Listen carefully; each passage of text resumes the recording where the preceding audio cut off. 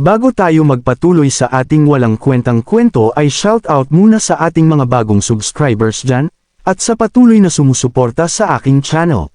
Sa mga sinabi ni Kang Chien, ay pasigaw na tinatanong ni Taiyang ang ating bida na kung ano ang ibig sabihin ng kanyang mga sinabi. Ang Shaolin ay sadyang nagko-concentrate lang sa iisang direksyon at kunin ang pinakamataas na level, at yan din ang ibig sabihin ng aking Changhua ang Fist. At sumagot naman si Kang Chien na tama ang iyong mga sinabi, ngunit kung magpapatuloy tayo sa ating argumento ay wala tayong patutunguhan, mas mabuting tingnan mo na lang ang gagawin ko. At ikaw na mismo ang humusga nito, at makikita natin si Kang Chien na naghahanda na sa kanyang gagawin na makikita nating biglang sumuntok si Kang Chien, ngunit ang kanyang ginawang suntok ay medyo kakaiba imbis na balutin ang kanyang kamao ng aura ay pinalabas niya ito upang magdulot ng malakas na pagsabog. At habang patuloy siya sa kanyang ginagawa, ay agad namang napansin ni Taiyang ang ginagawa ni Kang Chien na iba't ibang estilo sa paggamit ng kamao. At habang gulat na gulat si Taiyang sa ipinapakita ni Kang Chien, ay napapatanong na lang siya sa kanyang isip na kung ano ito. Sa pamamagitan lamang ng pagbabago ng koneksyon sa pagitan ng mga techniques, ang mapaminsalang kapangyarihan ay tumataas. At nang matapos si Kang Chien, ay tinanong niya si Inspector Taiyang kung anong masasabi niya sa kanyang ginawa. At dugtong pa niya na paano yan natupad ko na ba ang aking pangako. At kunwari namang nag-iisip si Taiyang upang di siya mahalata na napahanga siya sa ginawa ng ating bida. At sinabi na nga niya na siguro dapat kong ituro sa iyo ng kaunti pa ang Changhua ang Fist. Habang si Kang Chien naman na dismayado sa sagot ni Taiyang. Nang biglang naputol ang kanilang pag-uusap dahil sa may dumating upang ibigay kay Taiyang ang sulat mula sa kanilang headquarters. At nang makuha niya ito ay agad niya tiningnan ang laman ng sulat. Habang tinitingnan niya ito ay nagulat na lang siya sa kanyang nabasa. Makalipas ang ilang araw ay nakarating na si Taiyang sa Beijing Martial Alliance Headquarters. At napag-usapan nila ang patungkol sa nangyaring insidente sa Jekyll family, na makikita natin ang Martial Alliance leader na si Lee Jong-sok. Sinabi niya kay Inspector Taiyang, na kahit patotoo ang iyong ulat, ang insidenteng ito ay masyadong makabuluhan para hayaan na lang ito at pabayaan. At dugtong pa niya na sa pananaw ng pamilyang Jekyll, isang malaking dagok ang pagkawala ng kanilang future head na kung hindi sila magpupushback. Magiging taong hindi kilala pa yan, at napaisip na lang si Taiyang saglit, habang ang alliance leader naman ay parang may masamang binabalak at pasimpleng hinampas ang mesa at sinabi pa nito na moreover, mayroon akong naririnig na mga rumor patungkol sa iyong disciple na siyang pumatay kay Jekyll Sheik. At nang marinig ito ni Inspector Taiyang ay agad siyang kinabahan habang pa-otol-otol niyang sinabi na ito ay mga rumor lamang. Na agad naman sinabi ng alliance leader na so ito ay mga rumor lamang. Upang di mahalata ni Taiyang ay sinabi nito na may tiwala naman ako sa mga ulat mo. Ngunit ang Jekyll families ay hindi ito hahayaan na lang. At bilang isang alliance leader, hindi mo ba iniisip na kailangan kong gumawa ng ilang aksyon, at napatahimik na lang si Inspector Taiyang, habang sinasabi niya sa kanyang isip na ang Martial Alliance leader na si Lee Jong-sok, maaaring ito ang kinikilalang head ng Martial Alliance ngunit ang totoo ay isa lang itong papat, na inilagay lang ito ng iba't ibang sekta upang magamit sa kani-kanilang mga sariling interes, kahit na kung ako'y sumalungat sa kanya ito ay wala pa rin saysay. At nagtanong na nga si Inspector Taiyang sa alliance leader na kung ano ang kanyang aksyon at ang kanyang pinaplanong gawin. At sumagot naman ang alliance leader na si Lee Jong-sok, habang seryoso niyang sinabi na i-assign ko ang iyong disciple sa Special Task Force ng alyansa. Naikinabigla naman ni Inspector Taiyang.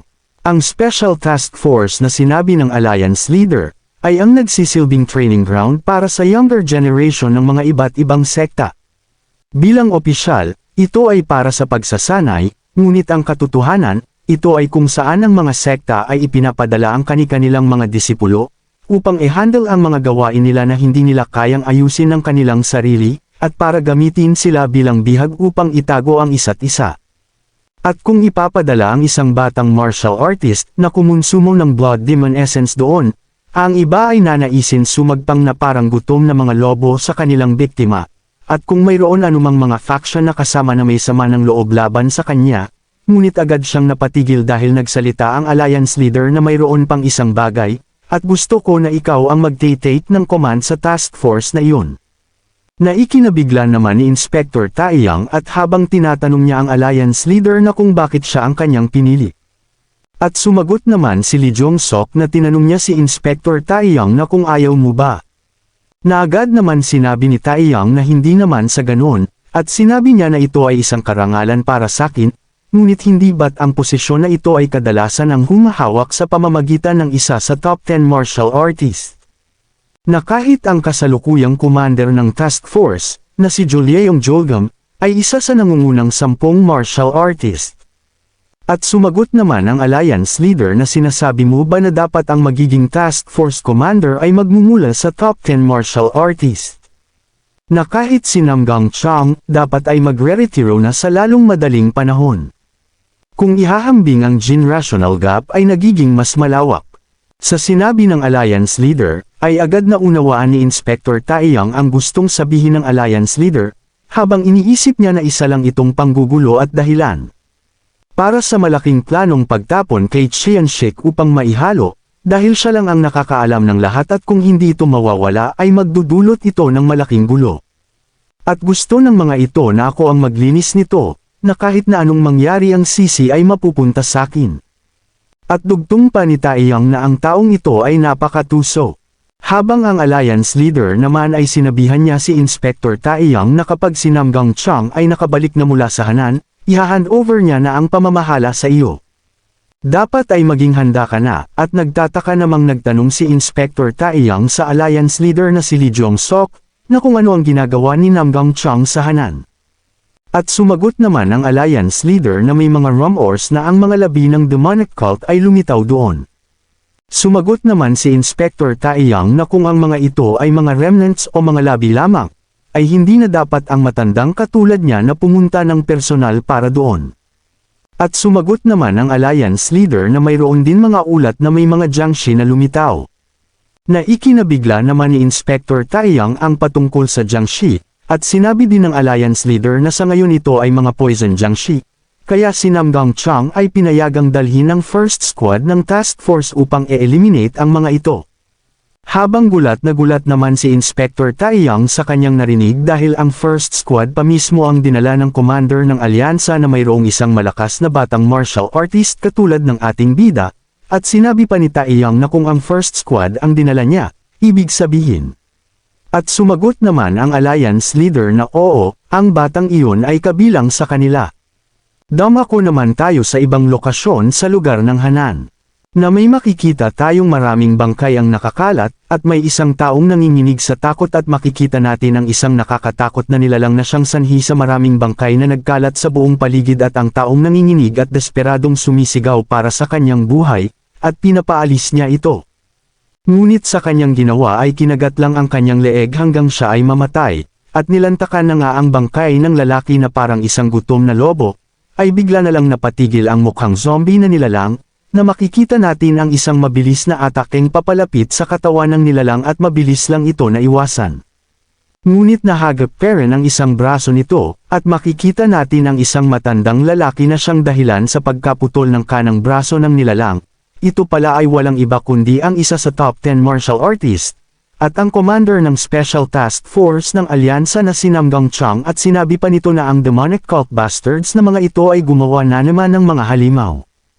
At makikita natin ang nilalang na galit gustong manakit ng pangit, at makikita natin na ang commander na naghahanda na rin, habang sinasabi niya na kahit pa maputol ang lahat ng mga paa at kamay nito ay pilit pa ring kumakagat.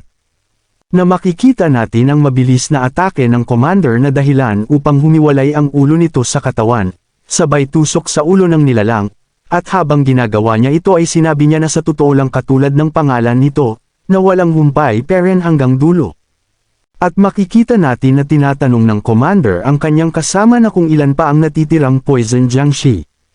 At sumagot naman ang kanyang kasama na inisikaso na namin ang dalawa at mayroon na lang isa ang natitira. Nang biglang tinawag ang commander ng bagong dating na lalaki habang sinasabi nito na kailangan mong puntahan at tingnan ito. Naagad naman nilang pinuntahan ang sinasabi ng lalaki at makalipas lamang ang ilang sandali ay nakita na nila ang isang poison jiangshi na parang sinunog ito hanggang sa mamatay. At nang makita ito ng commander ay hindi siya makapaniwala sa sinapit ng isang poison Jiangshi, at napapatanong na lang siya kung paano ito nangyari.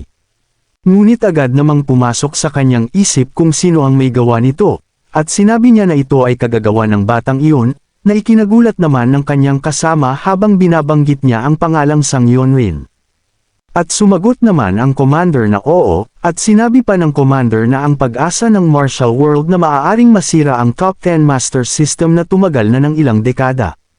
Nang bigla na lang may nakita ang kasamahan ng commander habang itinuturo ang tao na nasa kanilang itaas na mabilis na umaalis. At makikita natin ang batang lalaki na mabilis na bumulusok paitaas. At sinabi pa ng commander habang tinitingnan nila ito ay sinabi niya na ang susunod sa henerasyon ng greatest martial artist ay nandito na. Lumipat naman tayo sa ibang lugar sa isang special task force training ground ay may makikita tayong mga martial artist na nagsasanay, ay may makikita tayong isang lalaki na lumapit sa mga nagsasanay na mga martial artist. Habang naglalakad ito ay nabangga niya ang lalaking nasa kanyang harapan habang tinatakpan nito ang kanyang ilong, habang sinasabi niya na kung anong amoy iyon. Naagad namang inamoy ng lalaki ang kanyang sarili at napagtanto niya na siya pala ay nangangamoy na, tulad na lang ng mga manunood natin dyan, ligaw-ligaw din pag may time. Naagad naman siyang nahiya at humingi ng tawad, ngunit bakas peren sa mukha ng dalawang martial artist na talagang sobrang baho ang amoy nito. Habang nagkakagulo ang mga martial artist ay bigla na lang may dumating na isang lalaki, habang sinasabi nito na mukhang may naamoy akong mabaho, at dugtong pa niya lumalabas na mayroon palang pulubi na nakapasok. Na makikita natin ang mabahong lalaki na tinawag ang atensyon ng bagong dating at sinabi pa nito habang itinuturo niya ang lalaki na so ikaw pala. Ang isa sa tinatawag nila na ang free talent na si Namgang Chol. At nagtanong naman ang lalaki na kung kilala ba siya nito. At sumagot naman ang mabahong lalaki habang nakangiti nito sinabi na oo, ang reputasyon mo ay tanyag sa buong martial world. Ang nangungunang kandidato sa magmamana sa Namgang family. At kilala bilang mahusay sa 3 areas. At lumaki naman agad ang ulo ng hangal habang pasimpleng sinabi niya na ang pangalan ko pala ay sikat, at dugtong pa ng mabahong lalaki na sa katunayan. Ang una ay ang swordsmanship mo ay napakapambihira, pangalawa ay ang talento mo sa poetry at literature. Ang pangatlo ay at kunwaring pabulong niyang sinasabi na ang pangatlo ay may paraan ka sa mga babae. Naagad naman namula ang mukha nito at agad na nahiyang magsalita, habang ang isa sa kanyang likuran ay pasimpleng tumawa, at sinabi din ng isa na hindi ka talaga nagkamali. At nagtanong na nga si Namgang Chol na kung sino ang mabahong lalaki. At nakangiting itinuro naman niya ang kanyang sarili, nang bigla na lang may humawak sa kanyang balikat habang tinatawag ang kanyang pangalan na Jiang Sam. At lumingon naman si Jiang Sam, habang tinatawag niya ang kalbong lalaki sa pangalang Choyongan ng Shaolin. Habang si Jiang Sam naman ay patuloy lang sa pagsasabi na alam ko kung bakit ka narito. Kung wala ang future ng Shaolin ang Special Task Force ay walang iba kundi isang walang lamang shell. Habang si Namgang Chol naman ay napsabi na lang na magkakilala pala ang mga ito ang future ng Shaolin. Habang si Choyongan naman ay pinatigil na si Jiang Sam sa kanyang mga walang kwentang pinagsasabi, at nagtanong na nga ni Choyongan kay Namgang Chol ito ba ang una nilang pagkikita. Sabay pakilala kay Jiang Sam ang 6th disciple ng Beggar Sect o ang Pulubing Sekta, habang si Namgang Chol naman ay may nanginginig na boses habang binabanggit niya ang 6th disciple. At nakangiting sinabi naman ni Jiang Sam, na kung nasurpresa ka ba. Sa katulad kong isang mas bata na nakapasok na agad sa 6th knock. At dugtong pa niya na siguro ay mayroon akong kaunting swerte. Habang si Namgang Chol naman ay sinasabi niya sa kanyang isip na alam ko ang patungkol sa hierarchy ng Beggar Sect. Ang sect leader ay nasa ika-10th knock, ang mga guardians din nila ay nasa 9th knock, at ang mga keymasters ay nasa 8th knock rin. At dugtong pa niya habang tinitingnan si Jiang Sam na ngunit ang taong ito na nasa parehong edad ko ay nasa pagiging 6th knot na agad. At nagtanong naman si Jiang Sam na bukod sa atin sino pa ang nandito. Nang bigla siyang may nakita, habang sinasabi niya na nandito rin pala si Huasan Sunyep Legit Cheong. At ang nasa kabila naman ay ang Ice Princess ng Northern Sea na si Seal Oren. At dugtong pa niya na ang hirap sabihin kung sino sa kanilang dalawa ang mas maganda. Ngunit agad naman siyang napatigil habang nakatingin kay Namgang Chol na naglalakad. At makikita natin na pinigilan niya ito, habang sinasabi niya na as I expected sa mayroon 3 talento.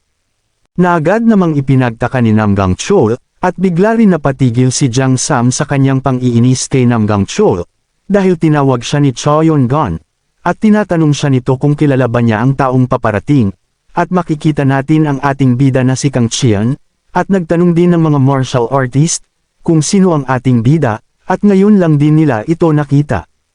At sumagot naman si Jiang Sam na oo, naalala ko na, kung ang impormasyon ko ay tama, ang taong yan ang isa sa kumonsumo ng Blood Demon Essence. Na agad namang ikinabigla ni Choyon Gon, at sinabi din ni Namgang Chol na ang isa sa sinasabi nilang ang Changhua ang fist na si Taeyang na kumuha ng disciple. Habang si Choyon Gon naman ay di nakapagsalita, habang tinitingnan ng ating bida. Nang bigla na lang sumigaw ang bantay na si Jolyeong Jolgam ay nakabalik na. Habang ang mga martial artist naman ay napahinto sa kanilang ginagawa, at makikita natin ang dahan-daang pagbubukas ng tarangkahan ng training ground, habang makikita naman natin si Jolyeong Jolgam na nakasakay sa kabayo. Habang may malungkot na ekspresyon ang kanyang mukha, habang ang tatlo na nakatingin kay Jolyeong Jolgam ay napasabi na lang sila na ito na ba ang isa sa top 10 martial artist. At makikita natin si Jolyeong Jolgam at ang mga sugatang martial artist na mula sa first squad ng Special Task Force. Habang si Jiang Sam naman ay sinabi niya na ang pagpapakita ng Poison Jiangshi sa Hanan, na kahit ang first squad ng Special Task Force ay nagkaroon din ng mahirap na sitwasyon, habang ang dalawa naman na nakikinig ay napasabi na lang sila na papaanong nalaman ng taong ito ang lahat ng nangyayari. At bigla na lang nanlaki ang mga mata ni Jiang Sam sa kanyang nakita at sinabi niya sa kanyang isip na ang taong iyan. Ang halimaw na sinasabi nila, ang next generations ng greatest martial artist. Na makikita natin si Sang Yonrin na may napansin sa kanyang gilid, na makikita natin si Kang Qian pala ang taong nakakuha ng atensyon ni Sang Yonrin at makikita natin na nagtitigan ang dalawa na agad namang napansin ni Jiang Sam, habang tinuturo niya ang dalawa at sinabing mukhang kilala nila ang isa't isa. At dugtong pa niya na ang future ng martial world na sinanay ng isa sa top 10 martial master, at ang successor ng Changhua ang fist na kumonsumo ng Blood Demon Essence. Abangan ang susunod na mga mangyayari dahil sa pagkalat ng Poison Jiangshi ay mamamatay ang babae mula sa ibang tribo at ang pagkahawa ng isa sa top 10 martial artist at ang paglalaban nila ng misteryusong nilalang. At pag-lead ni Commander Taeyang sa Special Task Force ng Alyansa patungo sa Sichuan ng Tang Clan. At magkakaroon din sila ng magandang moment ni Jiang Sam at Kang Qian kung saan magtatagisan sila ng lakas. At ang pagpapakita ng isang malakas na pinuno mula sa tribo, dahil sa paglalaban nila Commander Taeyang at ang mga alagad ng tribo at sa pagbugbog ni Taeyang sa kanila ay ang pinuno ng tribo ang makakalaban ni Taeyang na agad naman siyang nagkaroon ng matinding pinsala sa katawan, at ang akmang pagpatay kay Taeyang, ngunit mapapahinto ang malakas na nilalang dahil sa may tumawag sa kanya. Thanks for watching guys.